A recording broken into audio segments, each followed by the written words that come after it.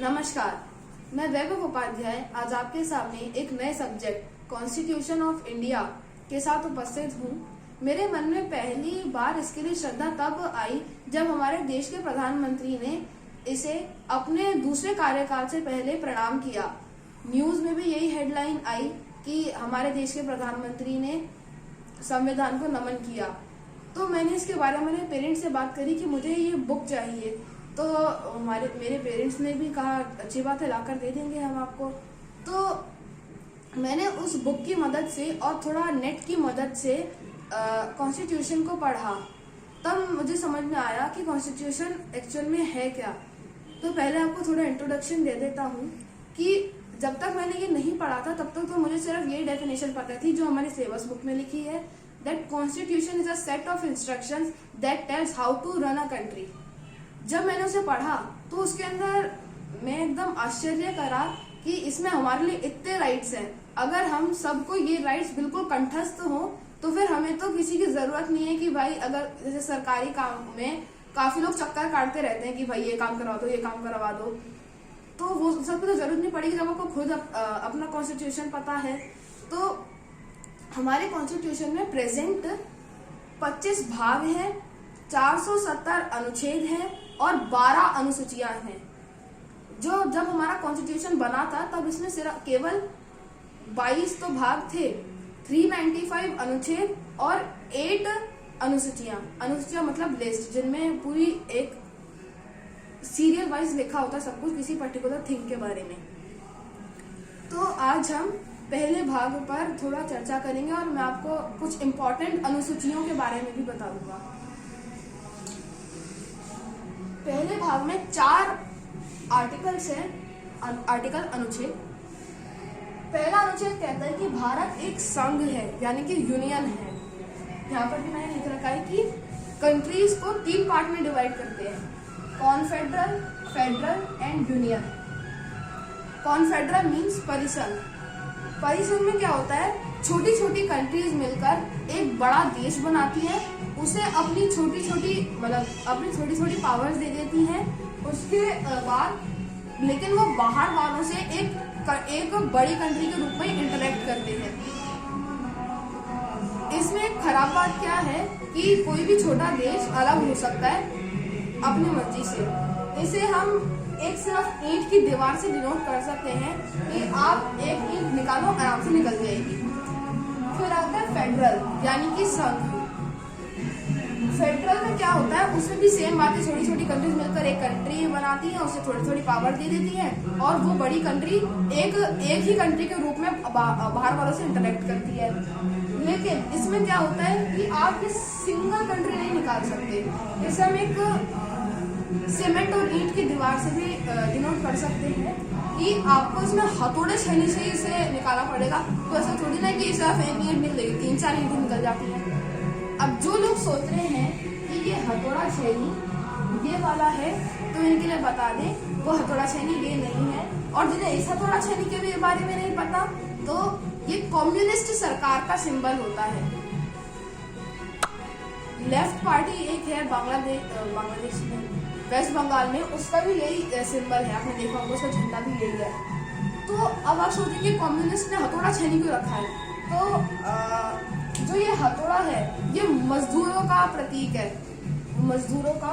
और ये जो छेनी है इसे अंग्रेजी में सिकल कहते हैं। तो आपने देखा होगा इससे किसान फसल काटता है, तो इससे ये पता चलता है कि ये मजदूर और किसानों की सरकार है, मतलब ये उन पे ज्यादा ध्यान देती है।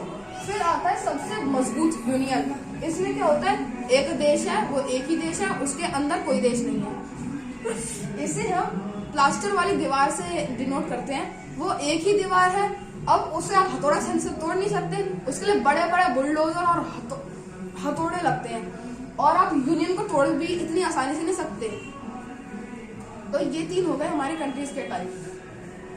फिर आता है हमारा अनुच्छेद 2। अनुच्छेद 1 होप आप समझ गए होंगे, थोड़ा हिंदी है पर कोई बात नहीं।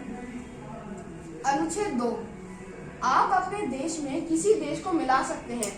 ऐसा नहीं करना भैया दूसरे वाली कंट्री को अटैक ही कर दिया, अगर वो खुद इच्छित है तो आप उसे मिला सकते हैं।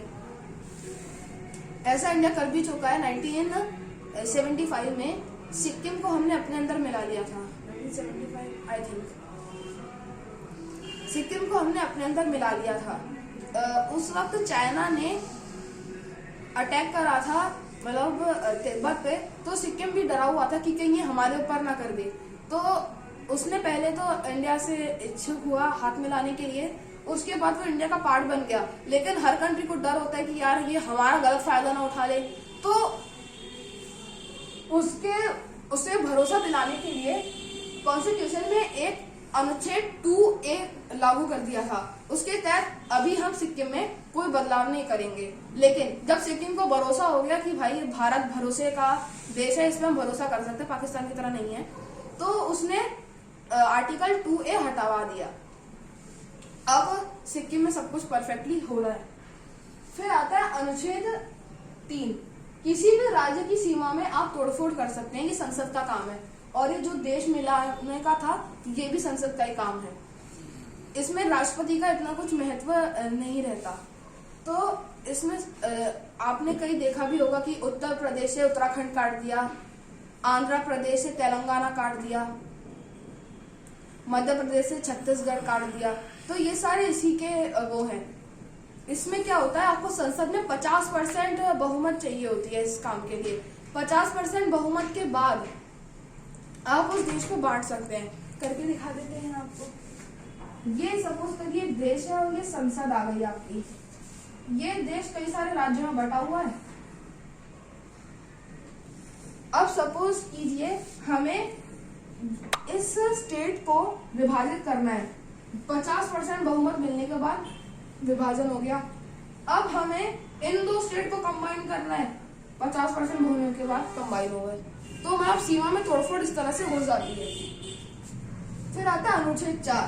अनुच्छेद 4 इनडायरेक्टली यही कहता है, अनुच्छेद 2 या 3 के प्रयोग में राष्ट्रपति का हस्तक्षेप नहीं, क्योंकि इसे आर्टिकल 368 के बाहर रखा गया है। अब आप कहेंगे भाई ये 368 क्या है?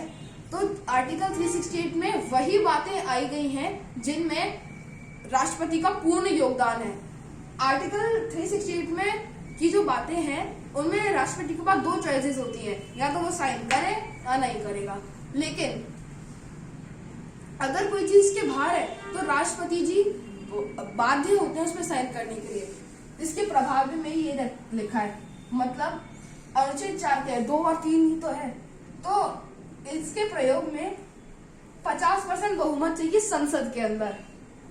बदलाव अनुसूची 1 और 4 में होना पड़ेगा, क्योंकि अभी हम बता देंगे अनुसूची 1 और 4 क्या है। और राष्ट्रपति बाध्य है साइन करने के लिए। तो ये थे हमारा एक भाग पूरा कंप्लीट। अब कुछ इंपॉर्टेंट अनुसूचियां, भाई इसको मत देखो, ये अलग चीज है। तो कुछ इंपॉर्टेंट अनुसूचियां हैं, वो 1 से 4 तक अभी हम बता देते हैं, फिर आगे और भी बताएंगे। 12 है टोटल। पहली अनुसूची क्या है, राज्य एवं राजधानी और उसका पूरा विवरण। अनुसूची यानी लिस्ट बताया था आपको। तो उसमें क्या है, राज्य लिखा है, उसकी राजधानी लिखी है, क्षेत्रफल एवं उसका जनसंख्या। क्षेत्रफल मतलब उसका एरिया। सेकेंड अनुसूची क्या कहती है कि पदाधिकारियों के वेतन एवं पेंशन। पदाधिकारी मतलब जो पॉलिटिक्स में इन्वॉल्व है, जैसे राष्ट्रपति, उपराष्ट्रपति, राज्यपाल, उपराज्यपाल, प्रधानमंत्री, न्यायाधीश, वो भी उच्चतम न्यायालय के, और भी कई हैं। तो उन सब का वेतन एवं पेंशन ये सब डिसाइड इसमें लिखा हुआ है सेकेंड अनुसूची में। फिर है तीसरी अनुसूची, इसमें पदाधिकारियों के लिए शपथ। जैसे कोई बच्चा है, उसके स्कूल में कोई फंक्शन है, उसे टॉपिक पर बोलना है, तो टीचर कहते हैं बेटा आपको इस पॉइंट पर बोलना है, तो आप जरा तैयारी कर लो। वही तीसरी अनुसूची में लिखा है। उसमें सभी पदाधिकारियों के शपथ लेने का एक ढंग बताया गया है कि किस तरह से आपको शपथ लेनी है। फिर चौथी अनुसूची कहती है राज्यसभा में राज्य के प्रतिनिधित्व का विवरण। मतलब ये एक देश हो गया, इसके ये सारे स्टेट हो गए। अब इस स्टेट से भी तो रिप्रेजेंटेटिव्स आएंगे, तो रिप्रेजेंटेटिव्स का ये कब आए, नाम, एज, ये सब इनकी मतलब कब रिटायर होंगे, ये सब इनका पूरा विवरण अनुसूची 4 में होता है। ये भी हर साल बदलती रहती है। यहाँ पर हमने बताया था कि अनुच्छेद 4 के प्रयोग में, यानी कि अनुच्छेद 2 और 3 के प्रयोग में अनुच्छेद 2 और 3 के प्रयोग में अनुसूची 1 और 4 में बदलाव होंगे। अब सीमा बटी है तो स्टेट के नाम भी अलग अलग होंगे, तो इसलिए इसमें भी थोड़ा कुछ बढ़ेगा या कुछ घटेगा। और अगर वो बटे हैं तो उनसे रिप्रेजेंटेटिव्स भी आएंगे, तो इसलिए अनुसूची 4 में भी बदलाव होगा। तो मैं होप करता हूँ कि आप लोग समझ गए होंगे। अगर आपको मेरा वीडियो पसंद आया हो तो इसे लाइक करें, सब्सक्राइब करें और शेयर करें। धन्यवाद।